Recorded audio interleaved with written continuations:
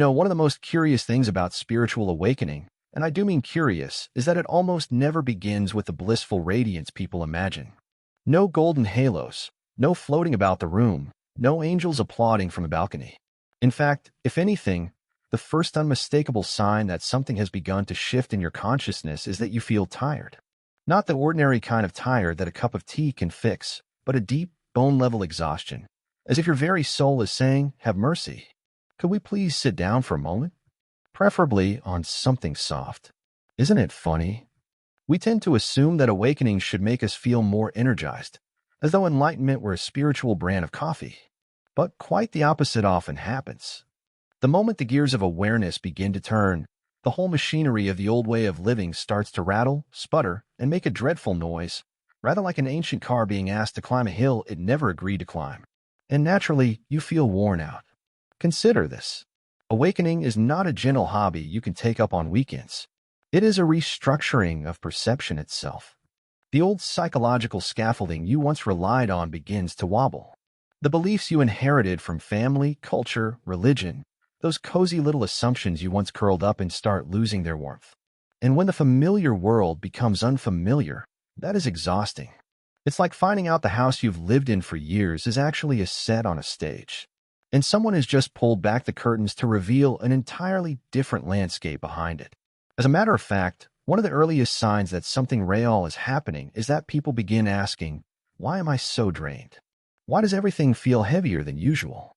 And I always find this amusing, because it's rather like someone opening all the windows of a stuffy room for the first time in decades, and then wondering why there's such a strong draft. Of course there is. Fresh air is rushing in, and stale air is rushing out, and the body, accustomed to its old climate, is startled by the sudden change. You see, the fatigue is not a failure. It is a symptom of transition. The psyche is rearranging itself, like a great orchestra tuning before the performance. Every instrument adjusting, every string pulled, every drum tested. It's noisy, uncomfortable, and not at all glamorous, but utterly necessary. So before we go any further, let me tell you this plainly. If awakening has made you feel exhausted, you are not doing it wrong. You are simply beginning, and the very first thing you encounter at this beginning is a drastic change in how you perceive the world. One of the most peculiar things that happens the moment a person begins to wake up is that the world stops arranging itself to protect your illusions. For most of your life, you've been looking at reality through a soft, pleasant blur, rather like walking around with a little cotton wrapped around your senses. It muffles the harsh notes, smooths the edges, keeps the world comfortably fuzzy. And in that haze, you could get through the day without noticing very much at all. But when awakening begins, the cotton falls off. Suddenly you're seeing, hearing, and sensing life without the filters that once kept everything tidy. Someone once remarked to me, "Why do awakened people seem so sensitive?" And I told him, because they're finally meeting life without the anesthetic. He looked at me as if I had just informed him that all his future meals would be served without seasoning. It goes without saying, but when you begin perceiving reality directly, rather than through habit and mental commentary, everything becomes louder, not in volume, but in presence. You sense moods, tension, unspoken fear, the subtle swirl of someone's confusion. The atmosphere of a room that you once walked through without noticing now hits you like a change in weather. Before awakening, most people are tuned to a single fuzzy radio station. After awakening, you suddenly start receiving 5 or 6 channels at once, and half of them are slightly deranged. And here lies the joke. We imagine awakening will make us calmer, but clarity often comes with a temporary sensory overload. You're not only seeing your own inner life, you're seeing everyone else's as well. Not because you want to, but because awareness naturally widens. And the nervous system, bless it, tries its best to keep up, whispering, "Could you perhaps lower the brightness a little?" This is one of the reasons you feel so exhausted. You're no longer cushioned by the old unconsciousness. You're perceiving life as it actually is, vivid, alive, sometimes chaotic, and your whole system is adjusting to this sharper vision. But remember this, exhaustion doesn't mean regression. It means your eyes have opened, and your being is learning how to live at this new depth of perception. And naturally, once you perceive differently, you begin to wonder who is doing the perceiving. This brings us to the second difficulty. You see, one of the most quietly disruptive aspects of awakening is that it begins to dismantle the very character you've spent years, perhaps decades, believing yourself to be. And it doesn't do this politely. Oh no. It does it rather like a mischievous stagehand who walks onto the set of your life and starts removing props while you're still performing the scene. To understand this, imagine you're sitting in a theater watching a play you've seen many times, the grand drama of me and my life. And suddenly you notice that the actor playing you keeps forgetting his lines. He stumbles. He hesitates. He looks positively bewildered. And you think, good heavens, that's the fellow I've been identifying with all this time? It's both humbling and strangely hilarious. But of course, this is where the exhaustion creeps in. Because when the old identity begins to fall apart, it never goes quietly. It clings. It claws. It tries to negotiate its continued existence. It behaves exactly like an outdated piece of machinery that begins rattling violently the moment you attempt to turn it off. And you, caught between the fading old self and the emerging new one, feel stretched, fatigued, unsettled.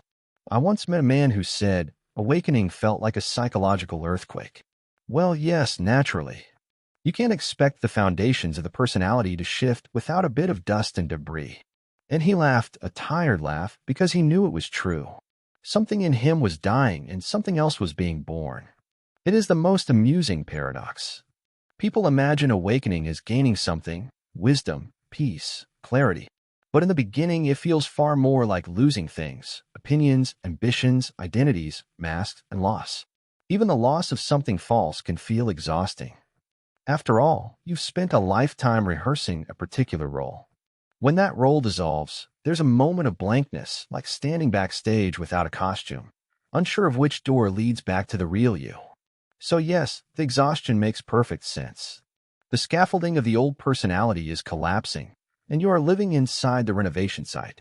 Walls are coming down, floors are shifting, and through all of this, consciousness is quietly saying, this structure no longer serves you, and once you understand that the fatigue becomes less frightening, it is simply the sound of the old you being dismantled to make space for someone far more authentic, but as the self dissolves, you discover something else quite heavy.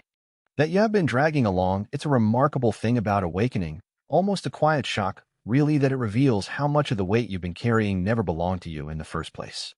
It's rather like walking around with a heavy suitcase for years, only to finally open it and realize someone else packed the whole thing. Their fears, their expectations, their secret frustrations, all crammed in there.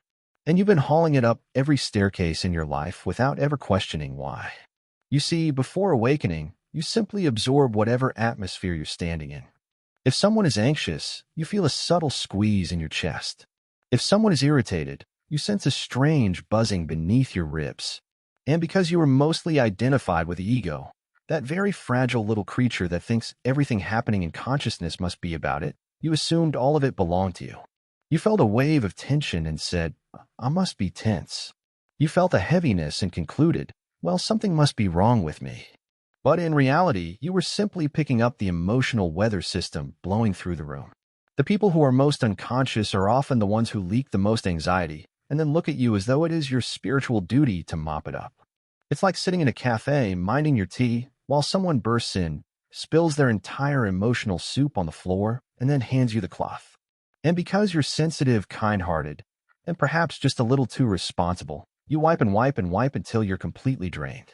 Awakening exposes this. It sharpens your awareness to such a degree that you finally notice the invisible cords people throw around you.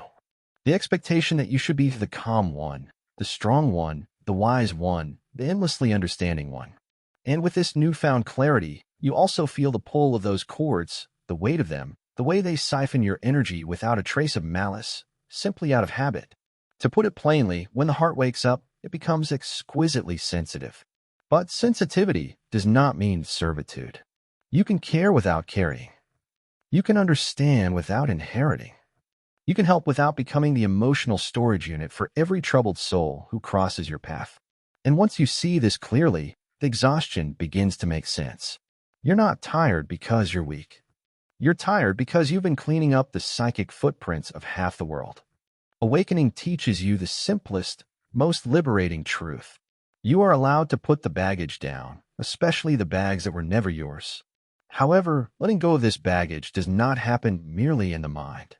The body must pay a price as well.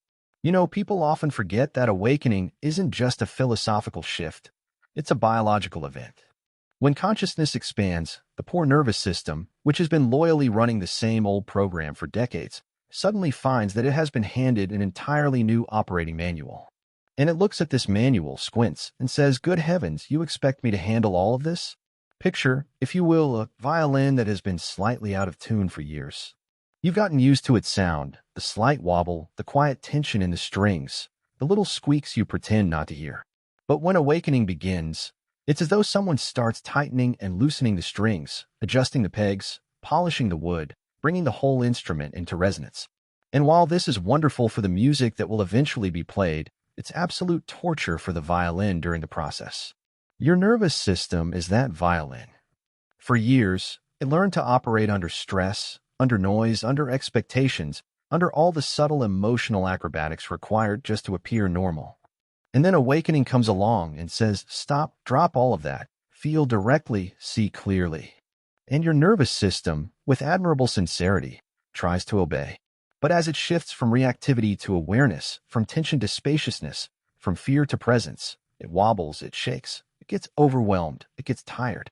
I once told someone that awakening is a little like rearranging the wiring in a house while keeping all the lights on. Sparks may fly, circuits may overload, certain rooms may flicker mysteriously, as if haunted by the ghost of your past self. And through it all, you're expected to go to work, keep your engagements, and remember where you left your shoes. Naturally, this recalibration takes energy. A nervous system built for survival is being rewired for awareness, and that is no small upgrade. You're not malfunctioning, you're updating. You're not collapsing, you're rewiring. And here is the irony. We expect spiritual growth to feel spacious and luminous, when in truth, it often feels like the body is sighing. Have mercy. Could you give me a moment while I reconfigure the entire way I process reality? Your exhaustion isn't a flaw. It's your system learning how to live in a new frequency. And once your internal frequency shifts, you inevitably run into conflict with the external world you inhabit. You see, it's one of the great cosmic ironies that awakening doesn't simply change how you feel. It changes the very architecture of the life you once built.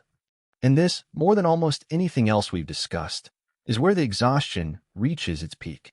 Because whether you realize it or not, the routines you created, the people you surrounded yourself with, the ambitions you pursued, the roles you played, all of these things were constructed by a version of you that no longer exists. It stands to reason that when the builder changes, the old house starts to feel a bit cramped.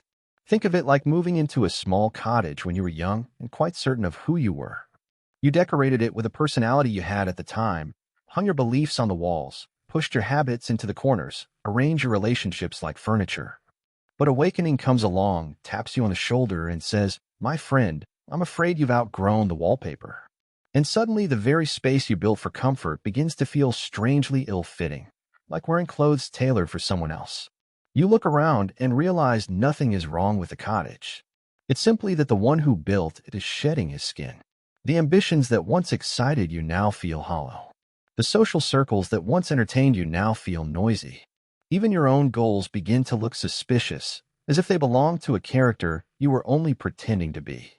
And naturally, this creates fatigue.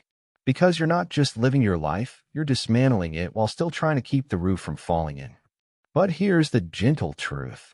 Exhaustion is what happens whenever you walk between worlds.